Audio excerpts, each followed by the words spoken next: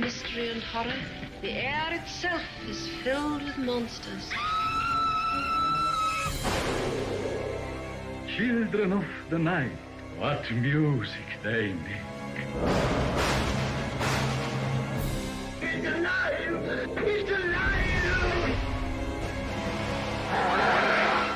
Well, hello, all you monster fiends, and thank you for joining us for another deep dive, factoid-filled episode exploring Hollywood's most famous monsters. I am your mistress of ceremonies, Sam, and I am joined, as always, by Dan from Bleeding Marvelous. Say hello, Dan. We get them all. Sun worshippers, moon worshippers, Satanists. The Manson family used to hang around and shoplift. Bunch of deadbeats. Hiya! I love that line. Hi! We're back! Yeah, Yeah, it feels like forever. it's been a while. It's been a while. It has, because we recorded earlier than what we normally do. So it does feel like it's been a while. Now I've got I'm Stain really playing in my head. Thank you for I'm that. so sorry. Yes, hi everyone. Welcome to a brand new episode of the Monsters Up North podcast. We are back from our little break. Refreshed our batteries. Holiday. It would be so nice. It was really nice. And we're back. And we are doing a movie I've wanted to do for a really long time. More because I am more interested in the makeup side of things. But we are doing the Howling. Oh. Sorry. It was an experience. It was something. Mm-hmm. And we're going to crack on open. Crack on open? We are going to crack... Oh my God. We're going to do something. I promise. It's going to happen. Okay, It is going to happen. Yeah, whatever. It's going to happen. I'm going to do the disclaimer.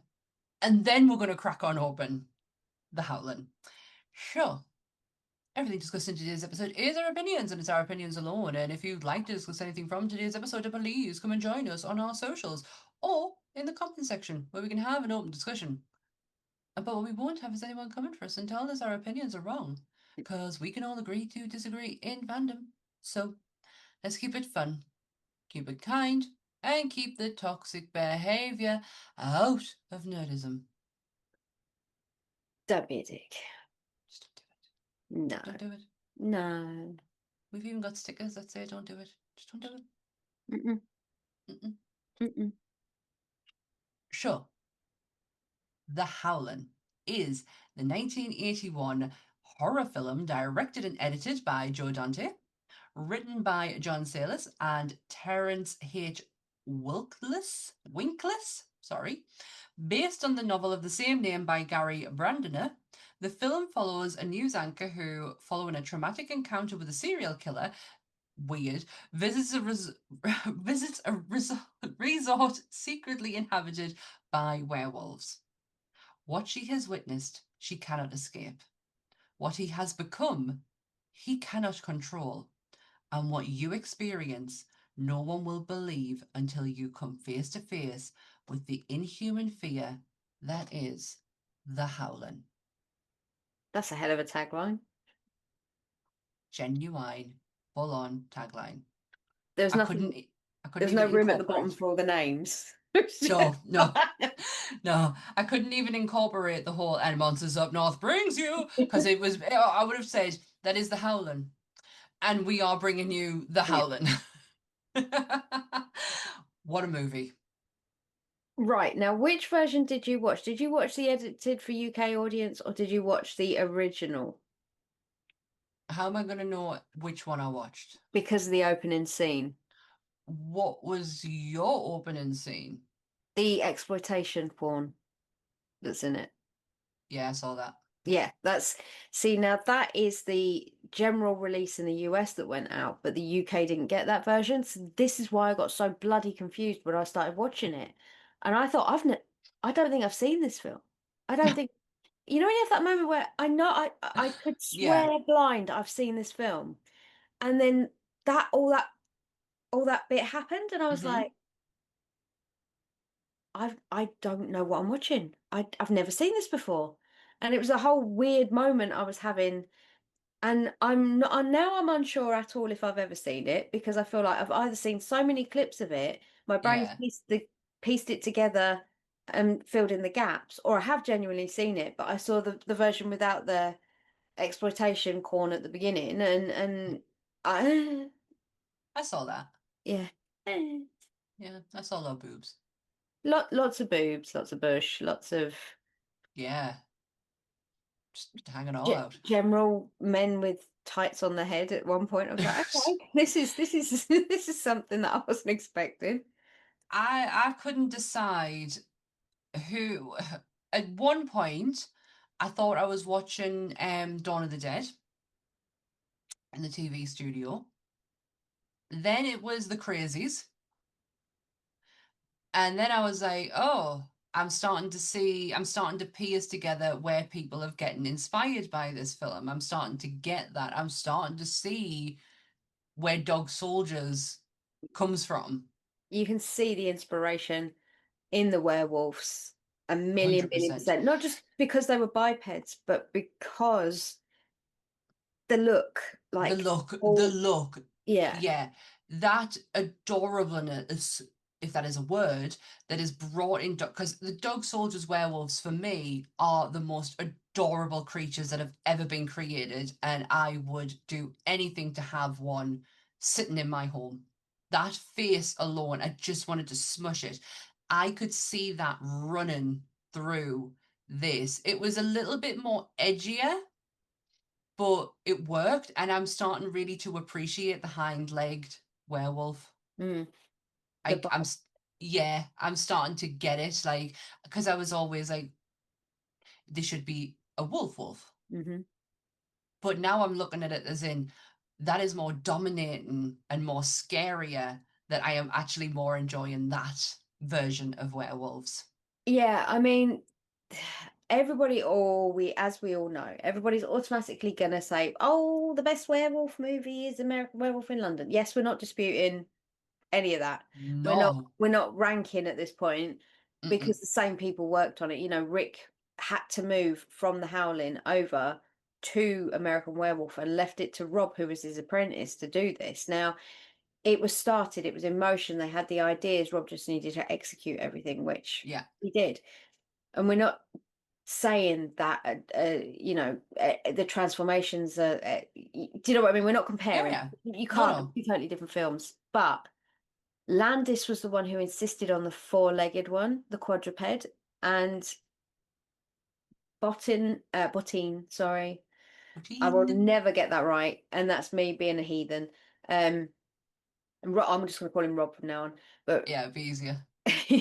Rob basically insisted that the two-legged would work better on screen, and Rick was agreed with him 1,000%. But then when it came over to doing thingy, John was insistent on the four because he felt it had more of a presence as a four.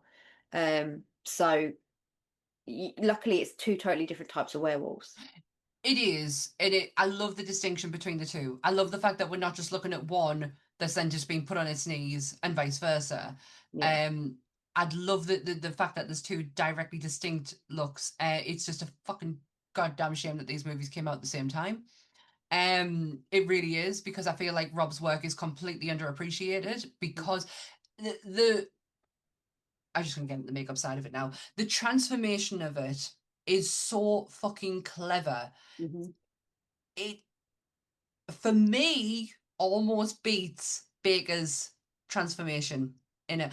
I don't, not visually, because visually watching that transformation in American Werewolf it's spectacular. It is terrifying. It is unhinging.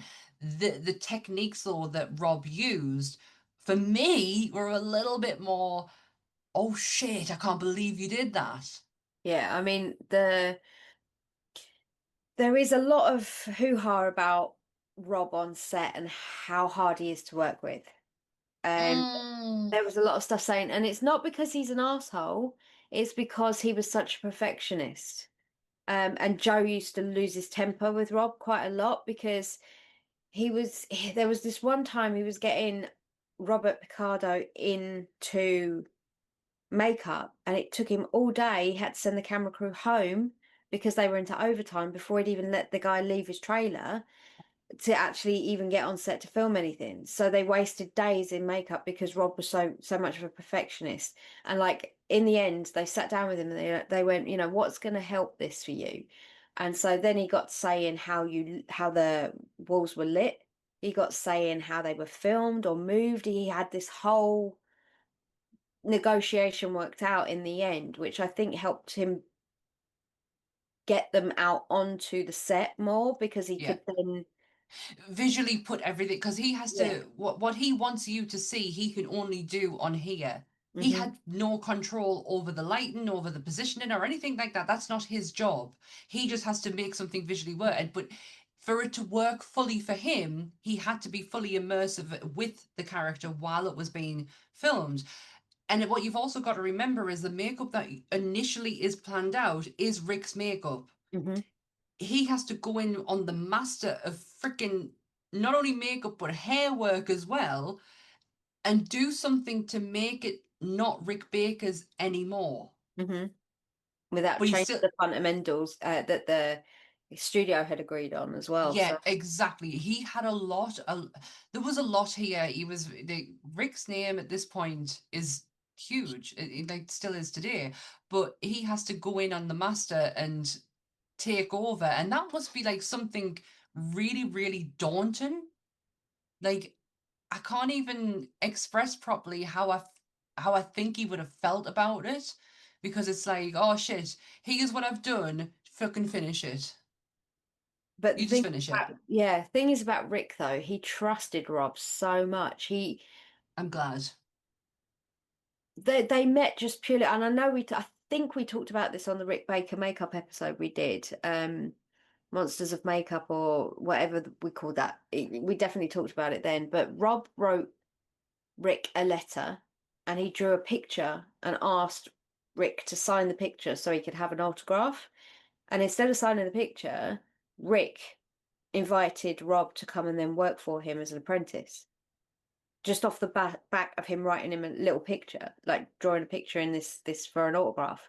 Honestly, that is not the first time I've heard a story of a makeup artist, because Well, makeup Rick did art. the same with Dick. Right. Rick Okay. did something very, very similar with Dick. He wrote Dick a letter, and that's how he became Dick Smith's prodigy. Well. So when Rob Botton, Ah.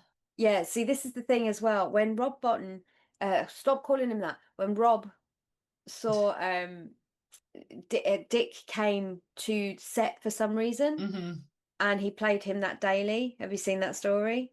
No. Basically, Rob was going through some sort of existential crisis because he hated everything at this point. He hated the werewolf. He hated one of the scenes with all the bladders, the big change scene. Um, it just took so long to film. They were running out of budget. It had to be done in Joe Dante's office because they had no scenery money for set And I work. knew that, but that's Dee's part, isn't it? They did Dee's bit in there. They were just running out of money so much, and he was getting to the point where he just hated it. He hated it. He wanted to scrap everything and just tell Joe to stick it up his backside. And Dick said, "Well, let's have a look then. Come on, show me the dailies or what you've edited and put together. Let me see what the first pass looks like." So he played it for Dick, and Dick went, "That's really, really good." That's all he said. "That's really, really good." And Rob was like, "Okay, it's good. That's It's enough. fine. There's nothing wrong with it. If Dick's saying it's good," and he Yeah. said, "Yeah, he said I had to apologize to Dick before I played him it because he said I stole." Rob said to Dick, "I've stole some things from you, and I hope you're not too mad." He said, "I've used your bladder trick," and Dick basically said, "Well, that's what I want to see. That's what I want to see. People using it. Passing Making it on. yeah." So he said that it's good that you're using it. So Rob just said after that he was so happy because he had the Dick Smith seal of approval, which It is like means a God lot. coming down and blessing you. Oh, Yeah. Yeah. This is, yeah. You. yeah, It's honestly, it's something. So I worked with the sister of the makeup artist from Ginger Snaps. yeah. And she was saying, "Oh yeah, he's well within like the monster community and whatnot, and he did the makeup art, he did the makeup work for Ginger Snaps." And I was like, "Shit, what the fuck?" I was like, "How the fuck does somebody from where we come from work with greats like Tom Savini's one of his great best friends? George Romero, one of his best friends. I was like, how the fuck does that happen? And he went, he wrote a letter. He simply wrote a letter which got into the right hands and he got to be with the right people. She went, makeup artists, it wasn't a case of your look at my work, look at my portfolio. It was this, if you love the business, you were in. And it was literally just trying to find the right person. And for him, it fell into the hands of George Romero, who then passed it on to Tom Savini, who then passed it on to someone else, who then got in contact with them and got him over to America, and the rest is fucking history. And I was like, how does that happen? Like, it's a crazy notion to it is.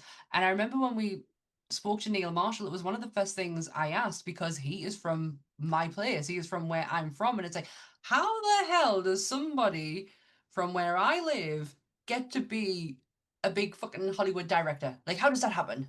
Yeah. I need to know. And I wasn't meaning it in a derogatory way. It's like general interest. Like, these things don't happen in the towns I come, like in the city town I come from. Like, we get, our biggest export is Ant and Dec. You know what I mean? So it's interesting to Fornicating. fornicate. Oh, Fornicating.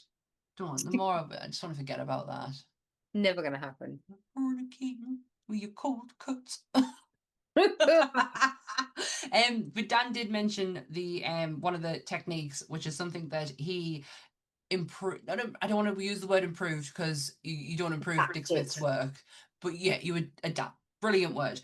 He adapted the bladder and latex prosthetics in order for the transformation, because he wanted to do a more realistic.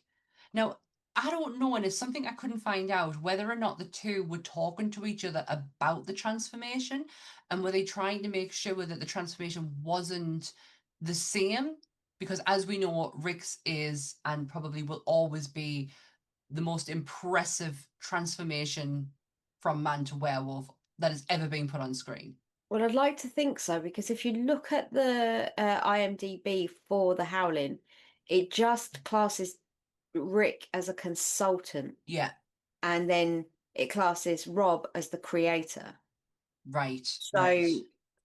Do you think that they would have been having them conversations to make sure that line was not crossed? I think there would have been like sending photos and ask him, does he think there's any similarities? Should we, I'm sure they've had phone calls. I'm sure there was talk of like making sure, not that they were the worlds apart, but that they were not copying each other. The only thing I will say, when you watch the transformation, this isn't comparing, when you watch the transformation in American Werewolf, it's a long transformation, but it works.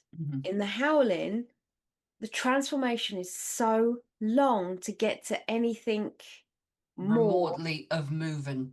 Yes, I feel like he spent such a long time focusing on just the bladder work on the face. And I'm not knocking how much work went into that, because God knows so much must have. No. But it was like nothing was happening other than the skin just bubbling. And I'm like, bubbling. Yeah. But okay. The point, and that's how I felt when watching it and when reading about it. The idea is that the bone is changing, but that's not portrayed as like what you see in American Werewolf, where you see the actual bone changing. Yeah. The idea is what is happening behind the bubbling and whatnot is the bone is starting to move, but it's so slow in its process, it doesn't quite land. Yeah, and I think what got me before this happens, one of them has their arm cut off. Yep. Now that was so clever.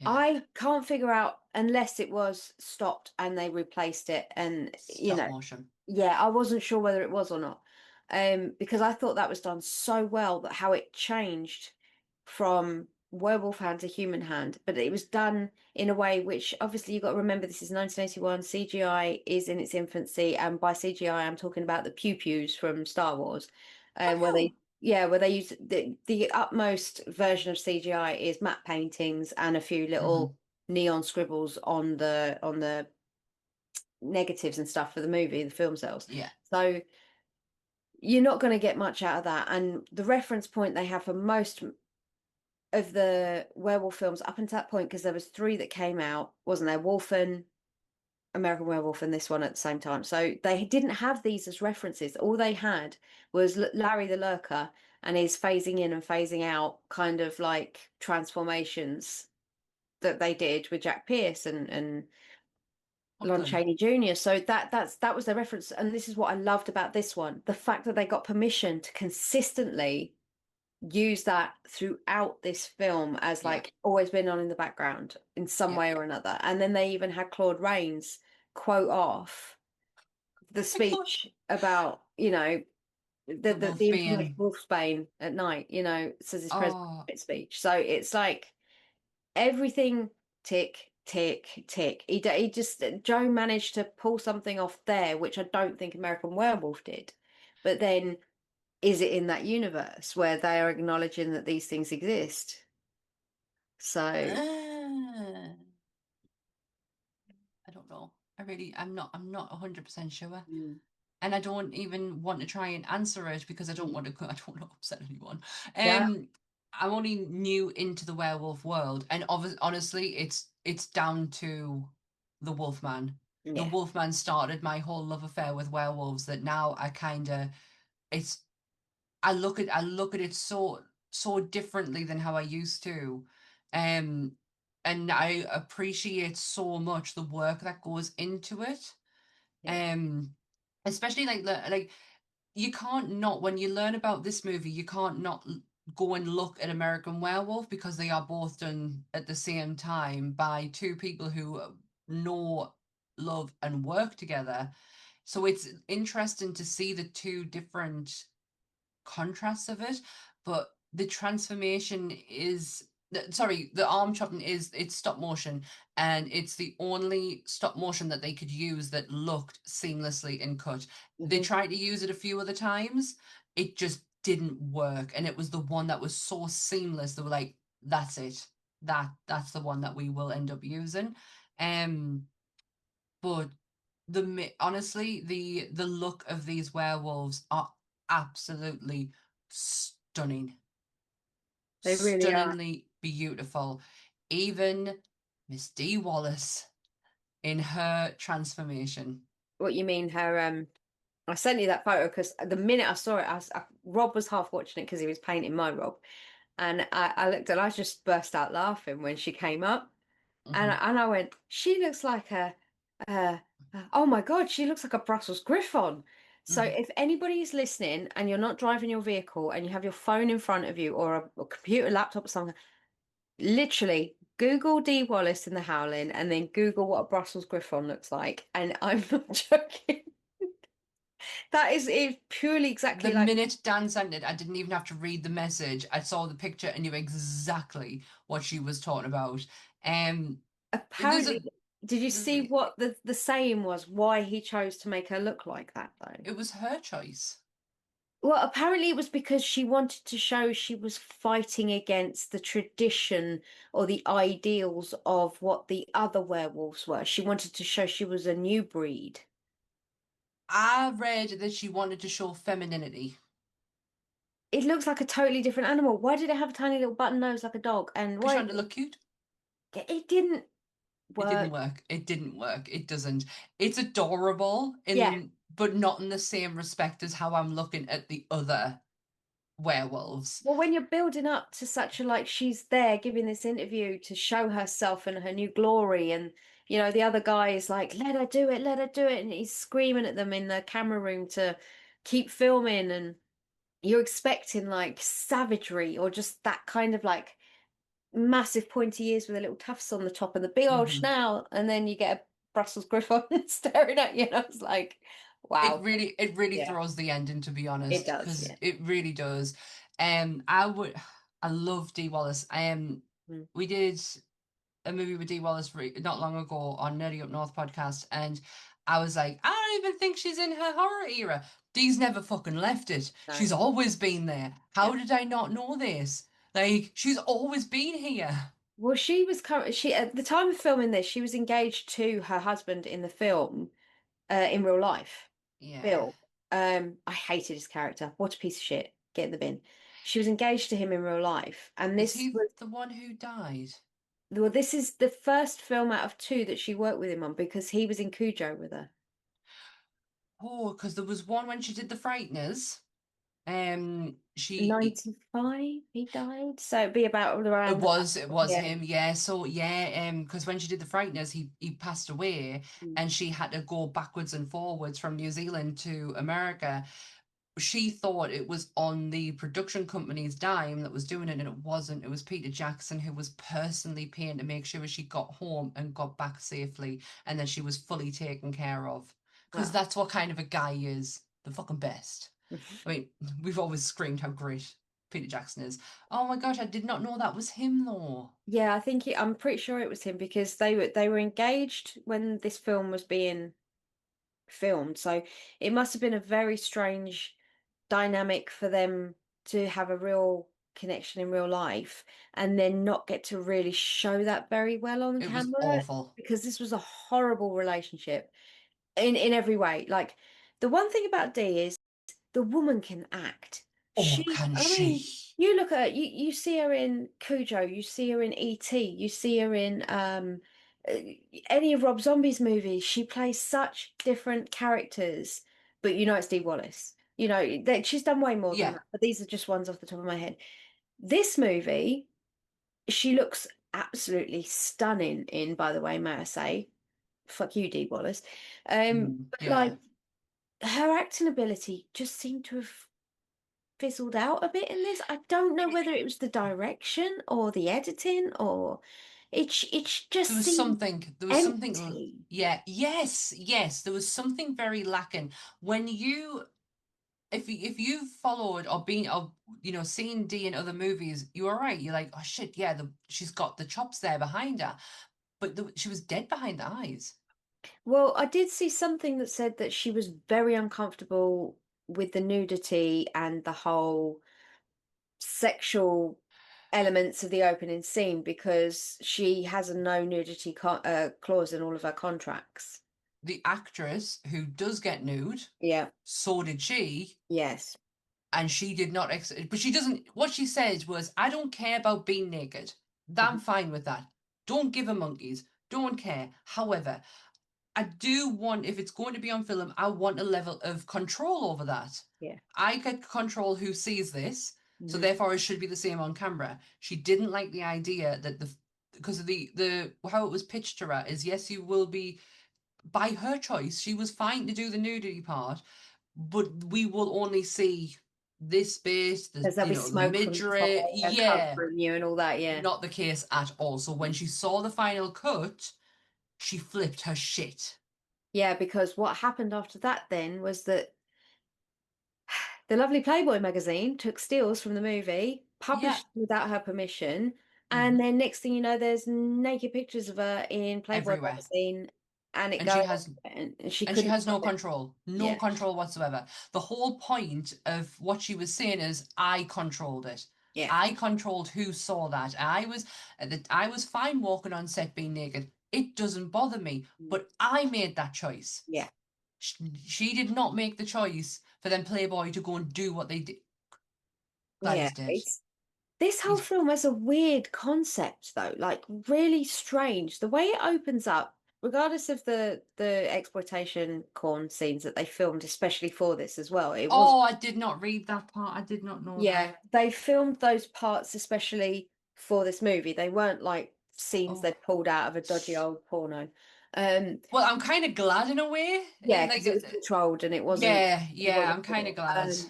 They it just seemed like a strange thing because in this breath you've got a um undercover newsreader journalist lady that's befriending a serial killer. Hmm. Um, and then you've got this other story of this doctor on the telly that's telling people they need to do this, that, and to relax and breathe and stuff like this. And then she has this upsetting flirtation with him in real life, the serial killer. And then this doctor over here says, oh, you should go to my colony in the country. Everything's wonderful. Why What the not? hell's he got to do with her? It just came out of nowhere. And it was like, There is a lot. take the werewolves out of it, Hmm. the opening sequence alone, I was like, what the fuck is going on? Who in Yeah. their right fucking mind gets a news reporter with no backup, Yep. with nothing but herself to go and speak to a serial killer? Are you fucking insane? And like the happy face killer, the smiley face killer with the stickers everywhere, I was like, that's a bit close to the time as well when all That that is was kicking off, really, wasn't yeah, it? You know, so that was a ma- bit of a massively. choice. Yeah. Yeah, it's very. I appreciate this movie more probably for the makeup. Yeah. I'm not saying it's a bad movie by any stretch. It's in 2025 eyes, Yeah. there's a lot you can pick apart. It's an empty film for me. There's not a lot that happens again. It, like I say, it had enough story to be a Twilight Zone. It had enough story to be Tales from the Crypt or a Creep Show episode, you know. But Mm, then I feel when you stretch something out to make it a movie, and it's like yeah. you can literally, I could sit here and tell you 5 things that happened, and that was the film. Do you know what I mean? You can't, No, yeah. Yeah, I and totally agree. it's not a knock on because what happened when they were writing the screenplay for this, Joe Dante said he hated the books. Hmm. He absolutely disliked the books that this originally came from.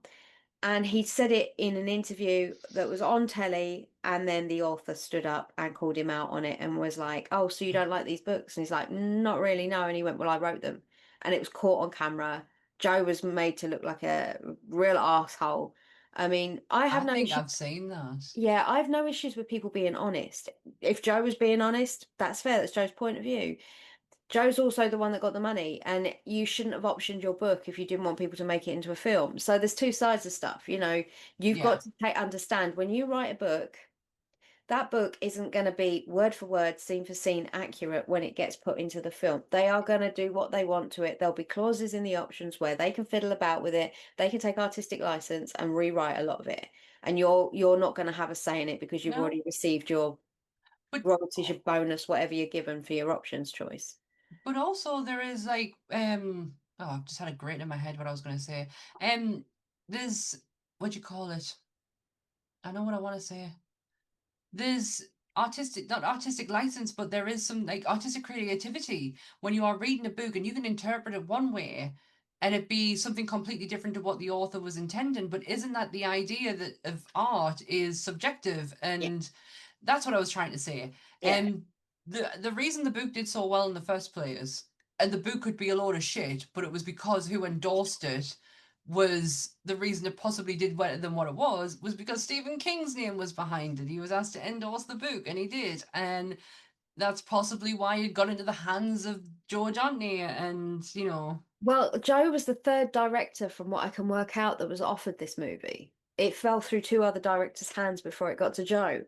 And I don't know whether it was just bad timing with the other directors or they were pulled off onto other projects or Joe was just the one that really wanted to take it on. I don't know, but Joe ended up with it. And I'm not saying he did a bad job with it. I don't think it's a bad film. I don't think it's No, it's not a terrible film by any stretch. I It's just not. think it's an odd film. Like you don't see the full face of the killer until that scene where he starts transforming. And I said to Rob, as that was happening, I went, "Oh, that looks a bit like Meg Mucklebones." And he's going to me, "Oh, I know who you mean. It's Robert Picardo. It's Robert Picardo, the guy who plays Meg Mucklebones in Legend, right? And he also has been in Star Trek for hundreds of years. He always plays that Weasley little character. Oh my god, yeah, I know exactly who you Yeah. mean. And that is Eddie, the main killer in this, right? Ah, Um, yeah.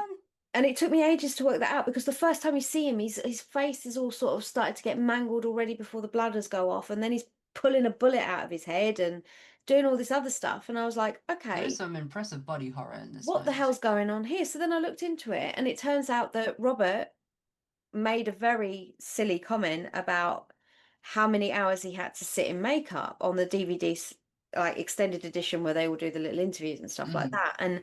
And he was like, I just hated it. It was disgusting. I'm so annoyed with myself how long I sat in the chair for during this and blah blah blah blah blah. And they were like, well, how long did you sit in the chair for when you did Meg Mucklebones for Mm-hmm. Legend. And then when you start looking at it, Legend was 4 years after this. It was 1985. Hmm. So I think he was meant to he was made to be very humble because he was coming from a Broadway production. He was a theatre Mm. boy, Robert. So he was used to Right. very quick turnarounds because when you're going out, Yeah. it's a whack it on, whack it off situation. And he said something quite egotistical when and it's kind of been held against him ever since. He was like, I've trained at Yale. I've had uh, top parts on Broadway shows, and um, my first acting role in California, my face gets melted in a low budget horror movie. All the crew had to say was, Bob, next time, read the script all the way through first. Wow. And it got held against him for a very, very long time, did that, because he came off as a bit too entitled. I think he's better now because he's obviously that's 1981. He's had a lot of time between then and Yeah, we don't. when he did You Legend. can't. Yeah, you can't. But to say that, well, I trained at Yale. It wasn't Juilliard, and Juilliard's harder to get into. But Rob Bottin But also did teen. Legend. He did Legend. He Ah. also people do not know this about Rob. He worked on Game of Thrones. Mhm. He also did Charlie's Angels, the movie. Oh, I didn't know that. Fuck yeah. He did Fight Club. So he Fuck was yeah. responsible for Meatloaf's Gynomastia in Fight Club. Amazing. He did Fear and Loathing with all the lizard people Unreal. in the trips and stuff. And his most famous thing that nobody really knows he did, unless you're a big Rob Bottin fan, he designed, made, and executed the entire original RoboCop outfit, as you see on screen today. That is Rob. I did know that. Yeah. And a lot of people don't know that because they No. associate him obviously with the thing and then Thing. look at And the that's it. borrow and the, yeah. So for him to do something mechanical goes Yeah. against what people are used to from him. So it's like a lot of people, when I was looking through some of the facts, like that one was upvoted more than any other comment because people, all the comments that come underneath that was like, oh, I didn't know this. Oh my God, I didn't know. And it's like, well, why would you? You You know, wouldn't. You wouldn't. We did RoboCop a couple of years ago on my other podcast, and it blew my. Do you know what? It probably wasn't because yes, we'd done the thing by then, but I wasn't in the world of Rob Bottin at that point. So when it came to his name being brought up on that, I was like, well, I know that person.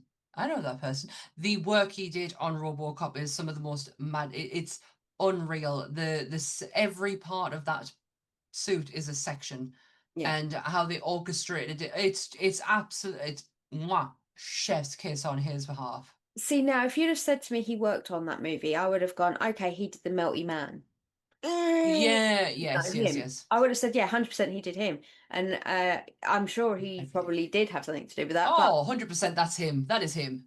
let's be honest, it's a breath of fresh air and it must be either a hell of a challenge to take on something like that, or it must have been like something he incredibly enjoyed or dreaded. I Yeah. don't know, because it's so far out of what the I comfort didn't. zone we used to see him in. If I remember rightly from when I was reading about it, there was no. I think there was a lot of love that went into that. But when you look at the Melty Man and then look at the thing, it's like, how the fuck did we not see this? Yeah. Because the techniques and the design and the body modification look so similar to the thing. You're like, how did we not get that? How did we not see that? We I do it. know on a lot of occasions we always talk about directors using the same actors Mm-hmm. because it is like a family. And Yeah. obviously GDT does it, Rob Zombie does it. There's so many directors that trust the guys, the actors, Mm-hmm. because they don't have to go through all the process. They don't have to work out, oh, well, we know that I don't know. I'm going to use her as an example, but sorry about this because I know people are on the fence. But Rob knows with Cherie, she'll come in and Sherry will do a little Yeah. bit, and he knows that it takes her 10 seconds, like with Sid or Bill. He knows that they just have their processes of getting where they get there. So if he gives them enough time before then, he doesn't have to worry about it. He knows they're going to give what he's asked him for.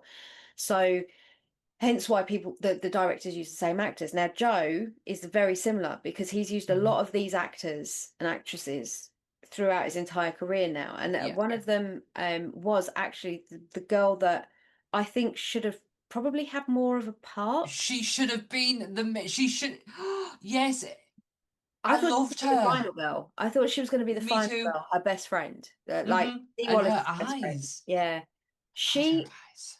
she I want to call her Bernadette, but I could be wrong. I did write her name down, but I can't find it Sweet now. Bernadette. She basically has played a lot of parts throughout a lot of Joe's movies, and obviously we can't go without talking about the fantastic Dick Miller, who will never, Murray. How the person I didn't know when we did Chop 'em All. Yeah, Murray. He's apparently played the same character name 59 times across so many movies. So if you That is hear the name amazing. Walter Paisley, it's Yeah. usually it's 99% of the time been played by Dick Miller. The character started in the 1959 Bucket of Blood, which was done by Roger Corman, Roger Corman.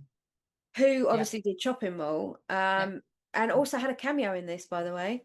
Yeah. Um, He did a William Castle. yeah, at the beginning at the phone Yeah. box. Yeah.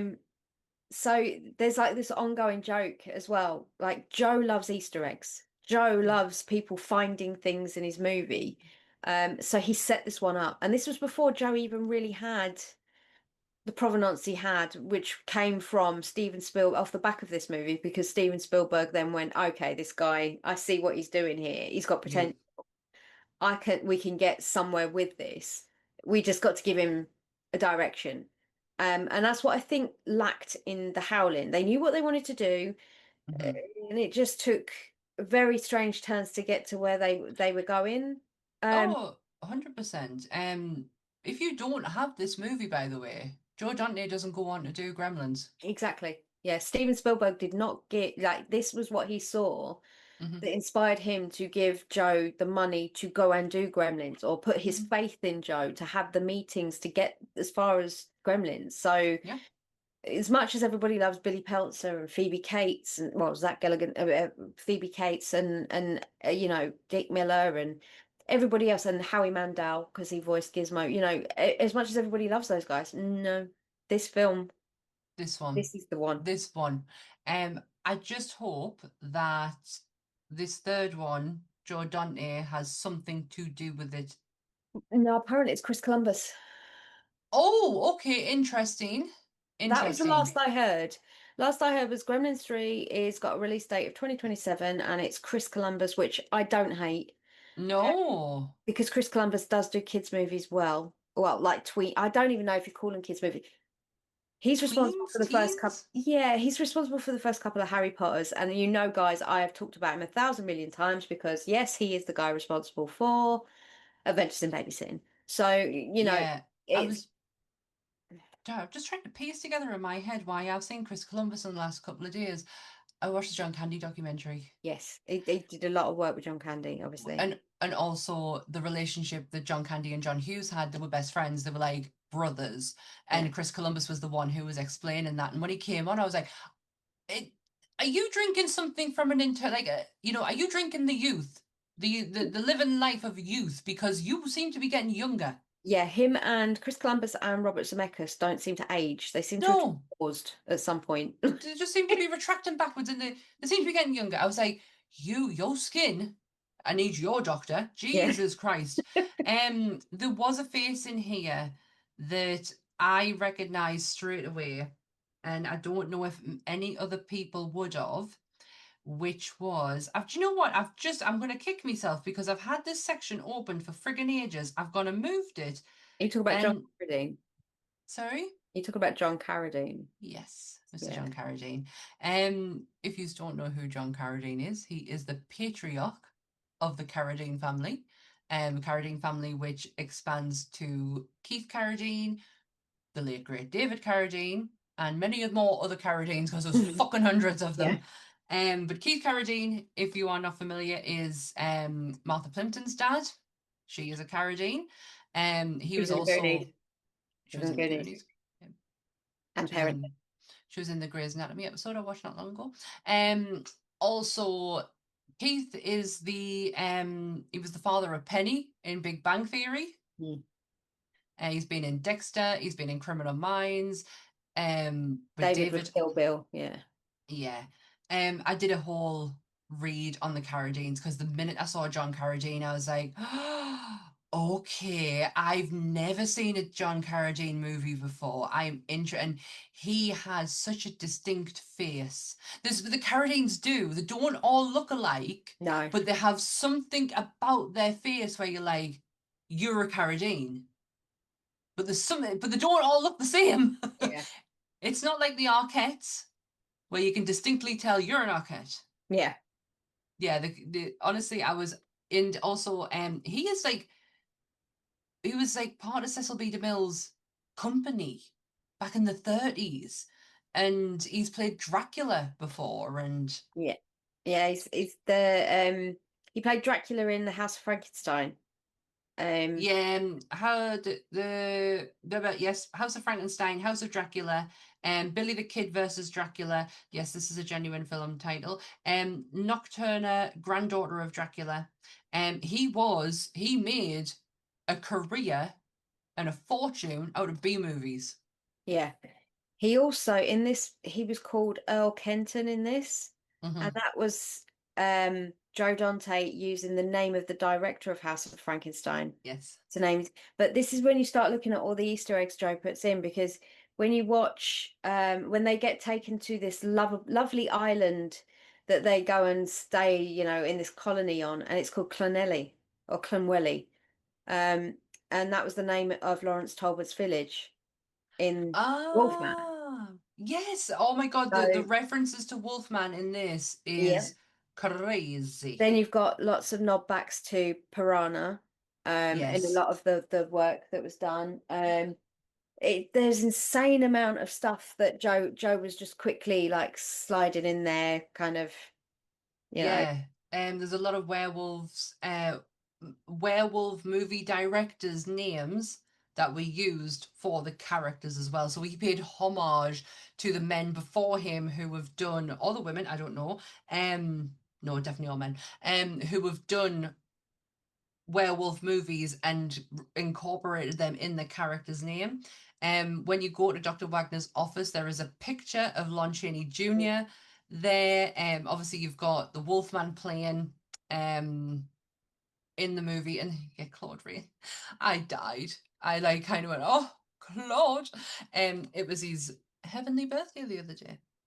He it did surprise me when they, like I say, when they got the footage, because that's obviously costly to be playing that in the background, because they would have had to have rented the rights for that, for those specific scenes from Universal. I don't recall Universal having anything to do with this, because I remember watching the opening credits and usually you see, Who something's was up, production? something, but there's cameos in this as well. There's a cameo at the very end. I think it's the very end, where it goes from Dee Wallace doing a change into the Hmm. Brussels Griffon to the two people that are sat on the sofa that are watching it, and it's Mick Garris. Yes, yes. It's Mick Garrison. For those of you who are not sure, think the name's familiar. Best I can do is he does a lot of the In Search of Darkness, but Mick Garris is most famous for being the director of Critters. I think Critters 2 onwards. I could be wrong. Yeah, he's also I always think of him as a a movie critique. Yeah, he's That's how knowledge. yeah.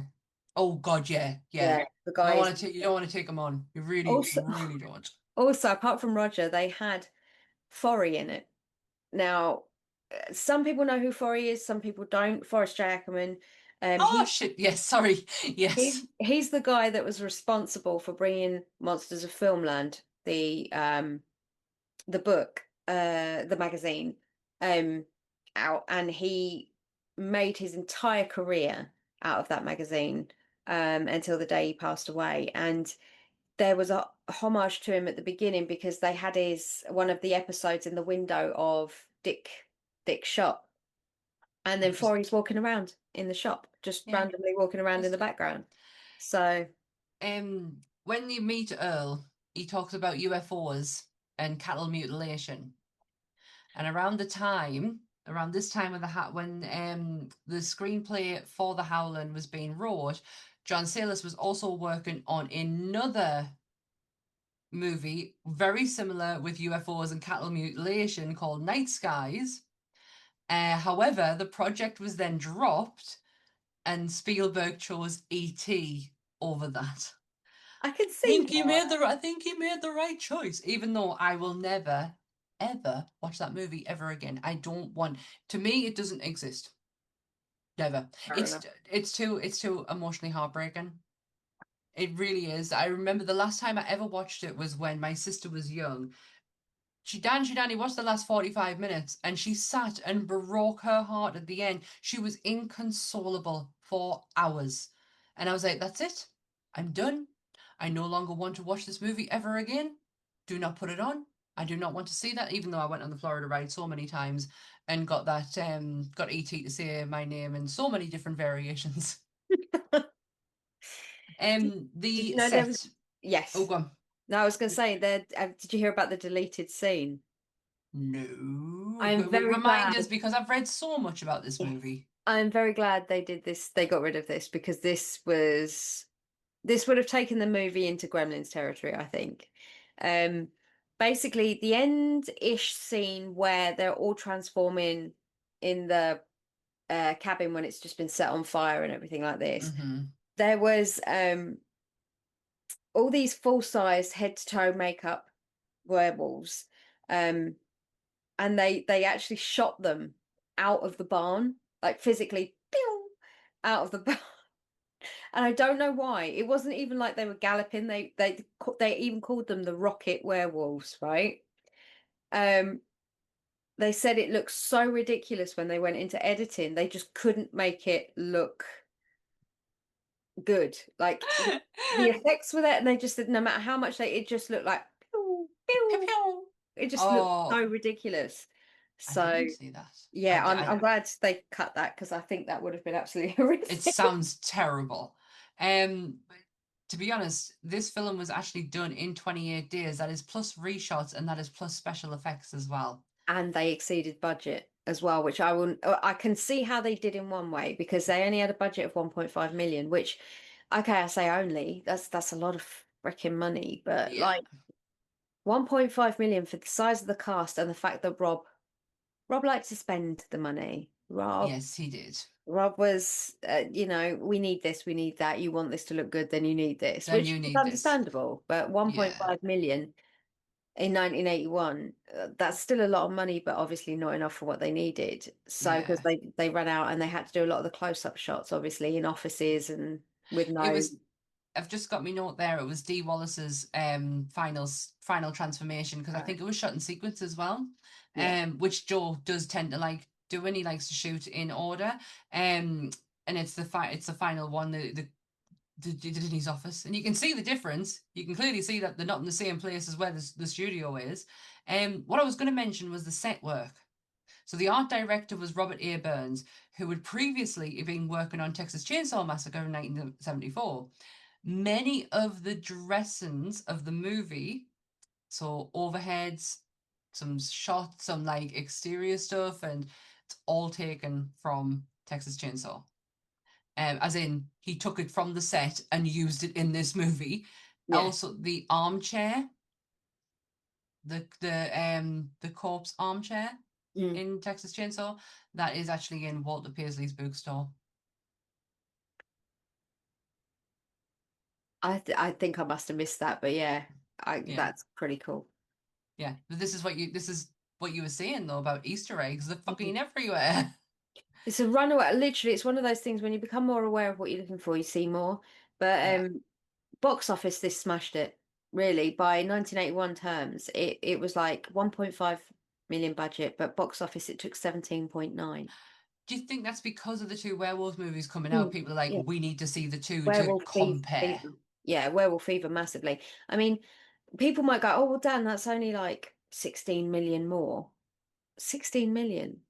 60 million. Yeah, we're not talking American Werewolf terms. We're No, not in that ballpark. You know, John no. Landis was huge in 81. Joe Dante was just starting out, not just starting out, but he wasn't at that point. You know, And Joe Dante never murdered anyone. Well, there's that as well. I couldn't help myself. I tried. Yeah. Every time I bring it up, it's going to come out anyway. So, but It's yeah, like verbal diarrhea. I just have to see it. But yeah, I mean, you look at also the cast. They were all relatively unknowns in Her. in American Werewolf, so there wasn't like massive budget restrictions there either. No. For the castings anyway, I say that. There'll be the odd person that had a bit of money, but even Jenny Agutter wasn't massive at that point. So the budget would have been on Rick Baker again, or hiring the various It that they has to need. be, because it's not just in American Werewolf, and I'm sure we will do this at some point, but it's not just the werewolf transformation that the makeup goes into. You've got the corpse scenes. You've got the transition of his friend going to there's a lot of work goes into that. So I get it. So the budgetary for that would have been huge. And then Massive. obviously with the minute the word got out about that transformation scene, everybody would have gone to watch it. And then they would have come to watch this. So and then people I would have feel so watched the other sad for one. Rob. Yeah, and then everybody would have watched the other one and gone, oh, don't watch the Howling because of this. So Yeah. even when I was going through some of the reviews, a lot of people were saying, well, this is absolute shit. You should go watch Wolfen instead. And I'm like, oh, we're bringing the third one in now, are we? You know, a lot of people saying Wolfen's even better than the Howling, but then No. everybody knows the Howling. Everybody, like, if someone would say to me, name werewolf movies, the Howling would be in there. I'd still say it because I know it's a werewolf movie. So. Yeah. I've got a note here that just describes how horrible of a person Eddie actually was.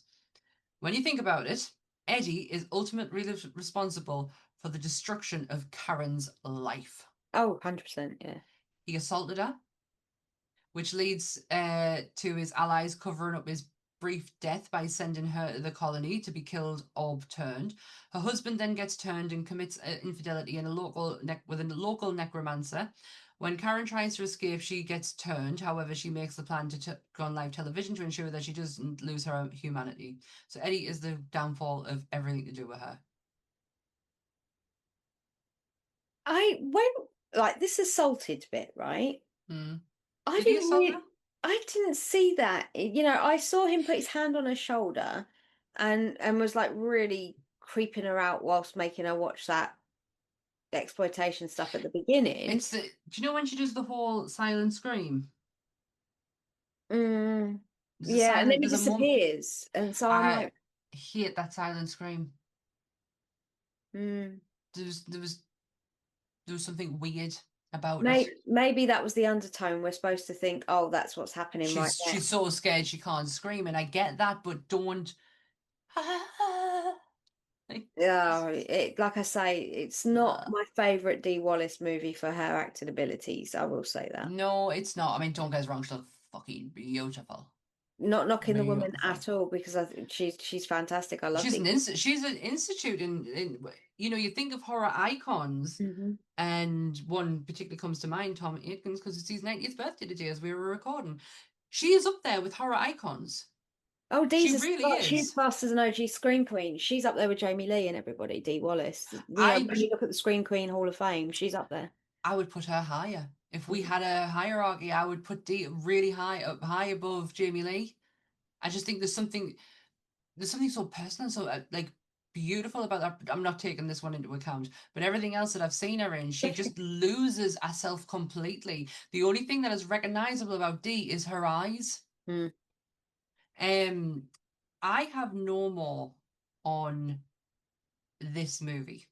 No, I mean, I was I just will checking always. there. I don't. The only thing I will say about this from a personal recommendation point of view is I feel like Yeah, you should see it. It is on Amazon 100%. Prime.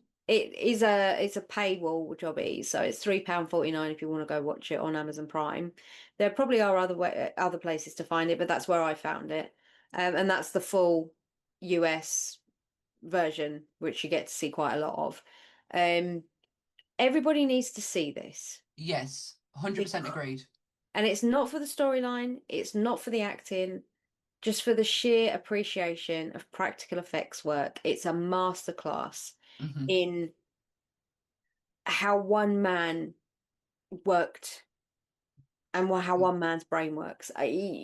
For the sheer genius of Rob Bottin, I recommend everybody goes watch this. Yes, we all know the thing, but this just shows another side to him. So from that point of view, there is so that you can really see. I saw a lot, and I love Dog Soldiers. I have found such a level of love for that movie that I literally will put it on repeat if necessary. But you could see where inspiration was taken from, and it's not American Werewolf in London, and it's not, the wolf. It's not other iconic wolf. It's this. You can really see it. It's in the face. It's the face. Yeah, I I agree with what Dan says. I feel like you need to see this because you need to experience the brilliance that is the practical effects in this movie, the makeup that's in there, even the transformation. Okay, it's not the best, but the ideas behind what he was trying to achieve is still there. And you can, I don't know if it's just because it's me, but I appreciated what he was trying to do. It just was taking a long time to get there. that's the problem where a lot of it can be put down to the fact that we are used to hard and fast information being shoved in our face. So our patience is a lot thinner than it used to be about watching this.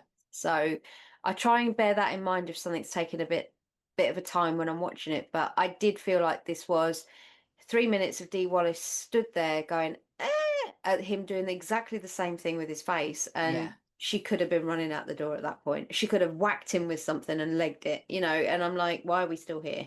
Yeah, there was a lot of time that it's an old movie trope of using that time and space and to create and build up that tension, whereas things are moving. Even in the 80s, things were moving fast, and we didn't need to. We'd already seen that style of movies before. We didn't need it now. We needed something different. Did you get your 1-star reviews? I did. Oh, now I am these intrigued. these are both from Letterboxd, I will say, because they had some bangers on there. Oh. The first one was was written by, it's a 1-star by Lucas Bopp, and it was written on the 9th of October 2024. Oh. And he put, how hard could it be to beat a werewolf in a fist fight? I'm willing to try. So his whole view on this is he could have taken the entire lot of them down by throwing some punches. And I'm like, yeah, good luck. Let me know how you get on. Get some windmills in there. Yeah, let me know. Let me know. Let me know in the comments down below how you got on with that. That is a bold statement. Yeah. And then this one is a more recent. It's from 6th of October, 1-star by Clunky Lamb. And it's I know caterpillars that transform faster than these damn werewolves. So I thought that was We've literally just been saying the exact same thing. Yeah, oh yeah.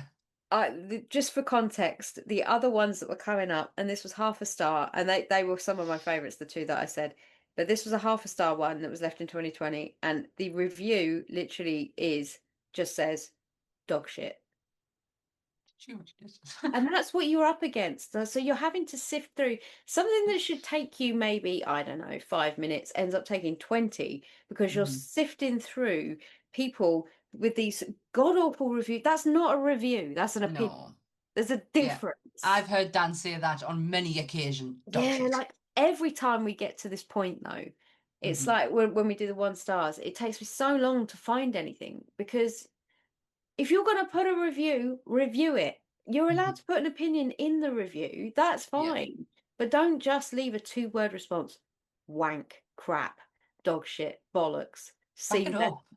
You give me something. Like, I like the ones where they're like, "Oh, I've seen a caterpillar transform fast." That's funny. That is funny. You know.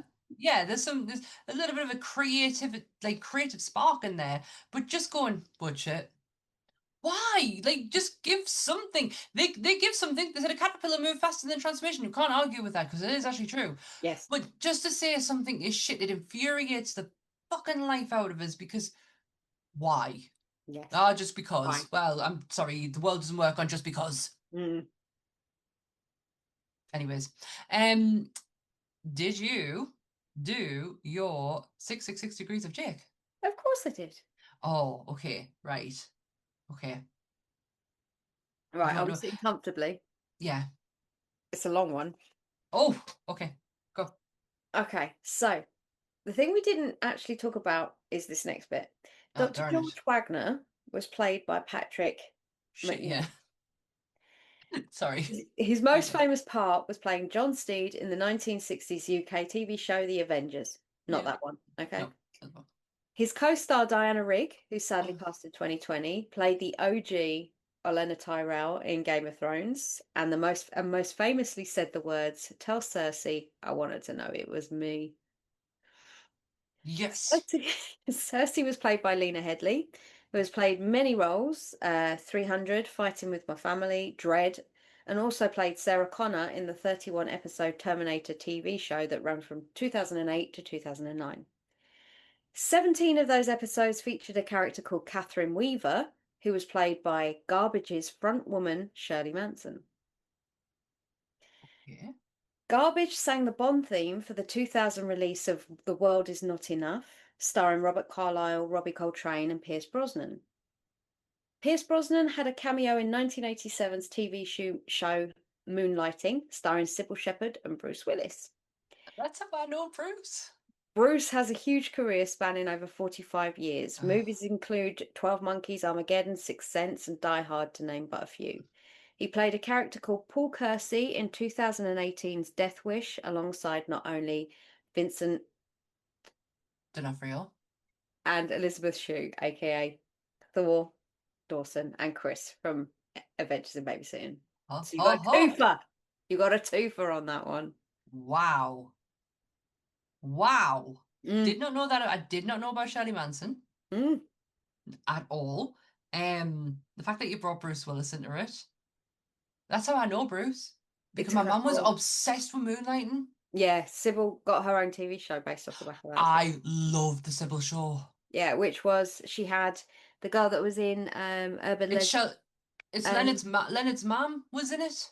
Yes, she was her best friend, and then the daughter was played by the girl that was in Urban Legend, and then went on to be in Yes, Walking with Dead, the eyes. all sorts of stuff. Yeah, yeah. Alicia, Yeah, Wit. yeah, Wit. Wit. That's it. Yeah, the eyes. I just recognize it's always the eyes. I love that show. It used to be on Channel 4. I love Sybil's show. But yeah, Moonlight Night, that's how I knew Bruce Willis. So when I saw Die Hard, I was like, oh, it's this. That was good. That was a good one. I love the fact you couldn't say D'Onofrio. I was looking. I went to say it. I've even written it down, D'Onofrio. Right? I've even written it down, spelt it D'Onofrio. But every time I get to it, I want to say D'Onofrio, and I don't know why. That's not how you say it. It's like my brain just can't comprehend it at that point. It just goes no. It's like you trying to say John Leguizamo. Leguizamo. Yep. Hey, it means something to us that I can actually help people out with words. I'm gonna start. I'll take it. I'm gonna start calling him now John Canday instead of Candy, or Candy. Canday, or I like that. Rian Reynolds, or something like that. I'm gonna think of some new ways to say names now. So it's a love that. purposeful thing that I can't say D'Onofrio. Hey, But you can say it. That was really good. That was a really good one. I do get like I don't know what we're gonna do next year because I know you don't want to continue on with Adventures of Babysitting, but I feel like it needs to be outside of horror. Yeah, we need a really random, like well known but random. But I feel like you need to pick it. You're the one who has to do it. It's so unfair for me to go right this movie and you're like, oh shit, no, fuck that. I've been toying with Con Air, but there's just too many people that are easily tied into that one because there's a lot. Cast. It's a big cast, and I'm like, there's so many ways I can get to that. It's not incredibly challenging. I mean, if anyone can come up with any suggestions for Dan, I'm happy for suggestions because yes, please. Yeah, I mean, you've got until next year. Which next isn't year. Long. So you got about 6 weeks at this point. It really fucking isn't. Yeah, we are slowly starting to wrap things up, but we have one mammoth episode before we have our last one of the year to do, and that is going to be next week's episode. I feel like, do you know what? we probably should have done this as the last episode, because to look at this series in its entirety, we start with Nosferatu and we end with this titan of a film. But because I really want to fucking talk about it, we're going to do it the week before we finish. We're doing this year's breathtakingly beautiful Frankenstein. We won't be talking about Boris. Well, there'll be a little bit of talk, but we're not concentrating on the traditional Universal Monsters version or the book, or the Robert De Niro version with Kenneth Branagh. We won't be, No. that's not where we're sitting. We're going to be sitting in this. We will mention them, but it's not going to be focusing on those. We will get to those at some point, I'm sure. Oh yeah. They are pipeline. I have a lot of love for the De Niro one. I really do. And the Kenneth Branagh, I do have a lot of love for that one. And obviously Boris just seems to be a fucking pie in the sky at the minute. Like he's that one that we've never quite getting to. It will eventually happen. Yeah, this is the GDT version, the Guillermo del Toro's version of Frankenstein or the Modern Prometheus that he's done. So we cannot sit on this too long, because it is. I have to be able to talk about this. I have to. Plus, I want to watch it again. Yeah. So... And you guys are going to have to listen to me, because I have done a shit ton of work for this. And I'm so excited that we are. Like I said, it would have been great if we, to look at the series as a whole. We started with Nosferatu and then we're going to end with this, we're going to end with the film and the feelings that I thought I was going to have with Nosferatu. That I really, honestly, I never want to say Nosferatu was a shit film by Robert Eggers, because it's not by any stretch. It really isn't. But there was something so lacking, and I got it here. Yeah, it felt like soul was lacking from it, I think. Yeah, 100 soul and colour, because the fucking colours and everything we're going to talk about next week. I can't wait. So this week has been the Howling. Shit, I forgot all about it. Like my brain's just in Frankenstein mode at the moment. I'm even reading the book. It's got fuck all to do with the fact that we're doing this episode. I just really want to read the book. So yes, this has been the Howling. Next week is going to be Guillermo del Toro's Frankenstein. I love saying his name, even though I really can't pronounce Guillermo properly. Guillermo. See, I can't do it. So that's why I go really fast. I'm guessing I'm saying that right again. People are probably cursing me at the other end, but it's like Guillermo. I think you're saying it right. I say it totally wrong, which is why if you've ever heard us talk about him before, I'll only ever call him Del Toro. Yeah, it's easier to just call him Del Toro or GDT. A lot of people. I think I'm going to start calling him GDT, because I love calling RDJ. So yeah, I can't wait. I hope everyone is excited and as excited for Frankenstein as we have been, because it's breathtaking, and you've got the chance to watch it before the episode comes out. It's on Netflix currently at the moment. Go and do it. It is worth the time. I am telling everyone, just go and watch it. And we'd like to add, it's in 2 parts. It's a whole film for 2.5 hours. However, feel free to stop it after the first act. Have a break if you need to, if you feel it's too long. Get a snack. Make a cup of tea. Have a snack. Sleep on it. Come back for the next day and watch the second half. Nobody says you've got to sit there and watch the whole thing. So do enjoy it. Yes. But if you start to feel a bit restless, by all means, stop it. It's a stream. You can stop it at any point. You don't have to sit and watch it from start to finish. It is 2.5 hours long. That's a lot for people these days. I understand. It shocked the life out of me that I sat there in its entirety, and I mean glued to it, when I can't even watch a 2-minute long TikTok video. The brain just gives in and goes, nah. I see the first 2 minutes and go, man, okay. Apart from the one I sent you the other night, the John Connor one. I've watched that more times than I really should have. Come on! Ma! Ma! Sorry, I can't. It's the come on. It sounds too much. If you actually go and Google something like impersonation John Connor, it's just him all over the place. I have met Edward Furlong, and I can confirm he doesn't sound like that anymore. No, don't ruin the illusion. Come on. Well, Our episodes go out on a Monday on the Nerdy Up North YouTube channel from 10 o'clock in the morning, and the audio for that episode will also be out on a Monday if you search Monsters Up North from anywhere you get your podcast from. Monsters Up North podcast, sorry, not Monsters Up North. You'll not find us. But if you type Monsters Up North podcast, you will find us. Once again, thank you, Sam Munster, for continuously keeping our streams up. We appreciate you. We love you. Sorry that we missed last week and you couldn't hear me say film. Actually, was she directing it at you or me? You say film, not me. Film. Oh, do you say movie and cinema? I say film, cinema, film. Cinema. I love the way you cinema. Cinema, film, movies.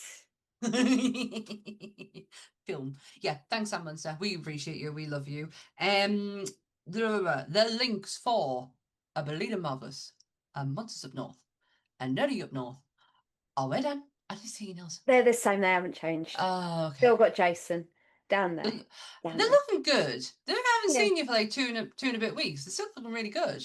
The next week they're getting the change up and doing that thing you hate. They're getting changed up next week, so we shall see. I lost mine.